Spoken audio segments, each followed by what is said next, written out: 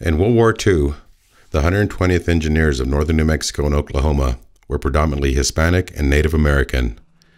They fought from North Africa to Germany over 360 consecutive days of combat without a break, earning 9 Medals of Honor.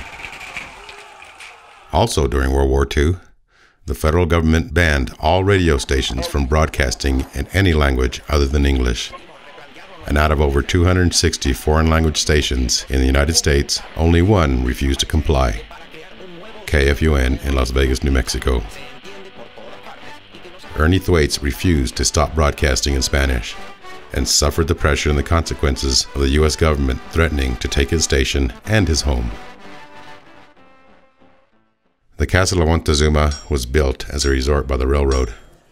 It later became a Mexican Catholic monastery, and by this time in history was occupied by hippies of the 1960s. It's now the United World College, USA. U.S. soldiers were ordered to defend Clark Air Base in the Philippines during World War II. The New Mexico soldiers were the first to fire on the Japanese. They had outdated weapons that dated back to World War I. After 4 months of fighting, without supplies or reinforcements, their commander surrendered. Over 100,000 men were forced to march to the prison camps. Per capita, there were more prisoners, soldiers, from New Mexico than any other state, specifically the 200th and the 515th. This event is known as the Bataan Death March.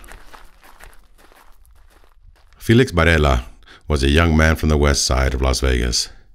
He was a tough kid and even a tougher soldier. In 1966, he was ambushed in Vietnam, wounded twice, and engaged in hand-to-hand combat. He killed 8 enemy soldiers, saving the lives of his brothers in arms.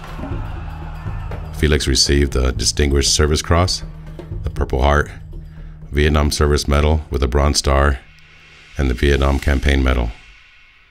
Felix died on the west side at the age of 38, without ever receiving any benefits from the U.S. government.